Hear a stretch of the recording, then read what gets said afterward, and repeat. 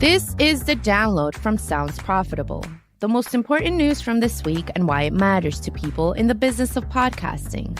I'm Manuela Bedoya.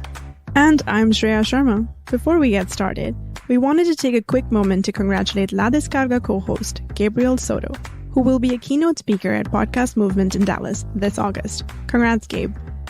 This week on The Download, a YouTube channel dives into podcasting on the video platform, the absence of podcasting's middle class, and what do IAB's measurement standards in video games mean for podcasting? Let's get started. First, something light and promising. Last Thursday, Creator Insider, a YouTube channel operated by a creator-focused wing of YouTube, uploaded a 4-minute FAQ video about podcasting on YouTube. While the video doesn't necessarily contain new groundbreaking information for someone who is deep in the podcasting industry, it's a wonderful sign for the future of small to mid-sized podcasts unsure about perceiving YouTube as a viable podcast platform. Strategic Partner Manager Erica even backs up the size of YouTube's reach with a citation of Edison research data. Having good, concise resources to facilitate an easier move towards the mentality that YouTube should be treated like any other podcast aggregator is a promising step. It's also interesting to note how much importance is placed on properly arranging podcast episodes in playlists. The video takes great care to establish best practices for naming and arranging playlists. While RSS is never spoken aloud, it feels like YouTube's approach is to use the existing functionality of easily saving video playlists to treat playlists like an RSS feed. Who knows, in a few months, we could be hearing about updates to the platform that bridge the gap between how YouTube is consumed and how audio podcasts are consumed.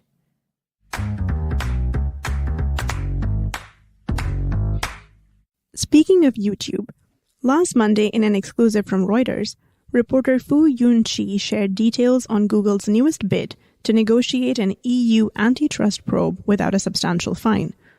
Luckily for podcasting, this could have beneficial knock-on effects.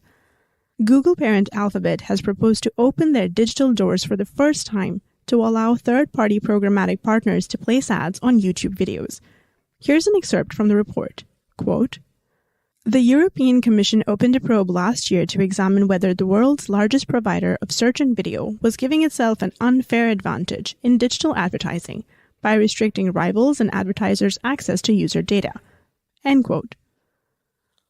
If Google does end up waiving the requirement to use Ad Manager to place YouTube ads, this could both please the European Commission and open up a considerable amount of valuable inventory to podcast ad buyers. Inventory through platforms that they're already familiar with. And since YouTube is pushing for more podcasts on their platform, that inventory will still be going to benefit the podcasting industry.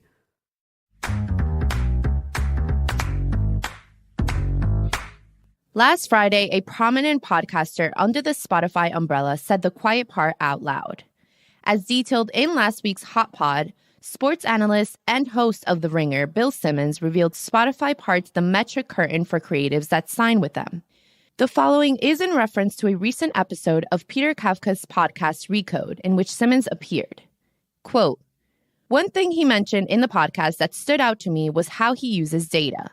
Although he said he does not pay too much attention to his own show's performance metrics, he indicated that he takes advantage of Spotify's other data resources to scope out the competition and better position his shows." End quote. The newsletter goes on to quote Simmons' interview in Recode, in which Simmons describes having the ability to see the metrics of competitors' podcasts on Spotify as having access to quote-unquote an incredible war chest of intelligence on the habits of people who listen to podcasts. This is one of those rare moments where a known fact being stated out loud makes it sound like new information. It's not particularly breaking news that a content aggregator would have excellent data. Everyone in the business can use access to the data of a podcaster's competitors. It's just not often talked about. The fear behind what Simmons says here is that Spotify owns more than just the aggregator. Big Green owns hosting platforms and one of the largest ad businesses in Megaphone. There's nothing new under the sun. Retail giants like Walmart and Amazon have done this for retail purchasing competition in the past. But now podcasting is growing up, and one-stop shops like Spotify are becoming more common.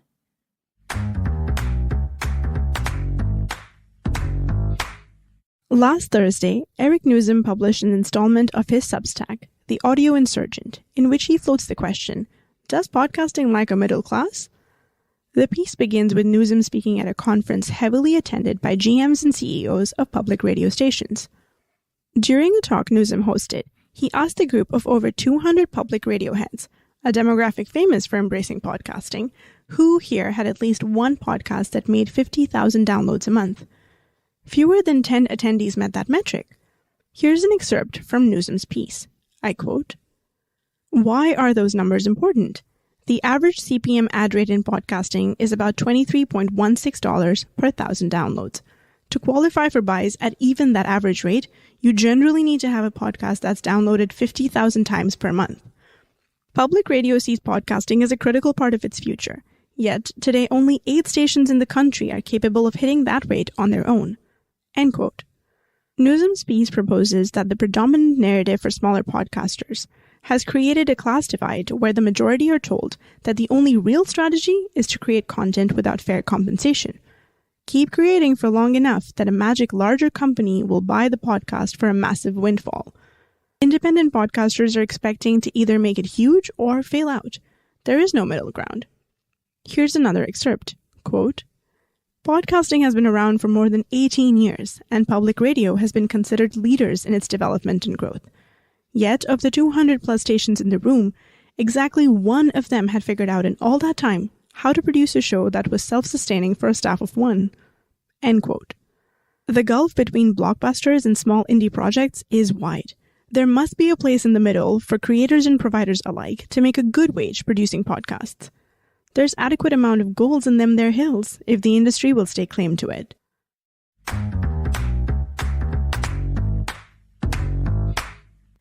This one's for the gamers in the audience, though as per usual, we're looping back around to podcasting by the end. Marketing Brew's Ryan Barwick covered some interesting new updates from the IAB regarding measurement standards in video games. The standards, which hadn't been updated since 2009, used to consider an impression to have happened once a player had been exposed to an ad for at least 10 seconds.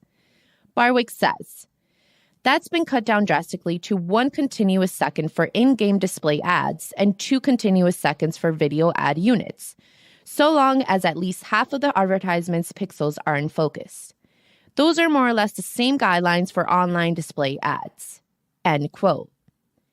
These are more or less the same metrics applied to online display ads, but with the added consideration of ads existing in 3D space. The IAB's guidelines take into account viewing angle and pixel clarity in an acknowledgement that modern gaming is capable of placing ads inside game worlds. It's about time, too. The download scriptwriter Gavin Gaddis remembers when the Obama election campaign purchased billboard space from open-world racing game Burnout Paradise in 2008.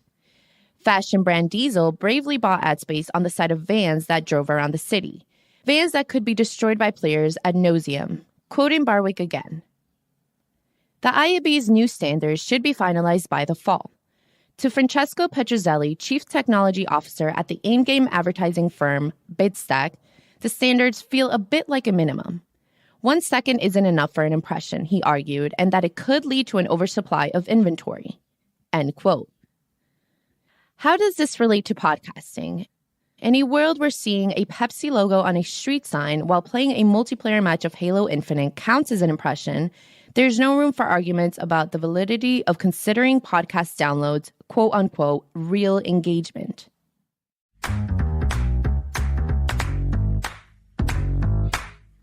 This last full story is a Ryan Reynolds tweet of all things. On Tuesday, the actor posted a video in which he professes his love of shooting outs, describing them as mini-movies with the same creative process and crew requirements. And like movies, ads are shot in places other than Hollywood, without many initiatives to ensure diversity and inclusivity in many of the necessary career paths. Quote, "Almost 2 years ago, we started the Group Effort Initiative to increase inclusion in the entertainment industry amongst BIPOC and underrepresented communities, and it's been hugely rewarding. That's why I'm proud to be co-founding the Creative Ladder." End quote.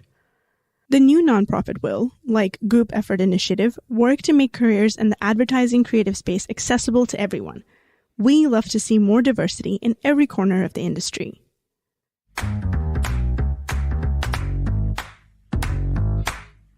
Finally, it's time for a semi-regular roundup of articles that didn't make it in today's episode, but are still worth working into your weekend reading. First up is a must-read issue of Stratechery titled Spotify's Investor Day, Spotify's Music Aggregation, Podcast Anecdata. Also, My Lifetime Ban from the Podcasting Cool Kids Club by Neil Headley. And lastly, a reminder that the 2022 edition of the Infinite Dial Canada is June 30th, and you can register right now at the link provided in the show notes. And that was the download from Sounds Profitable. I know we went through these fast, so be sure to check out the links to every article mentioned right in your podcast listening app or on soundsprofitable.com/thedownload. And thank you for sticking with us as we bring you the top stories you might have missed from the past week. I'm Manuela Bedoya. And I'm Shreya Sharma. Our producers are Brian Barletta and Evo Terra. Special thanks to Gavin Gaddis for writing today's script and to Omni Studio for hosting the download. And as always, thank you to you for joining us. Robot? Download complete.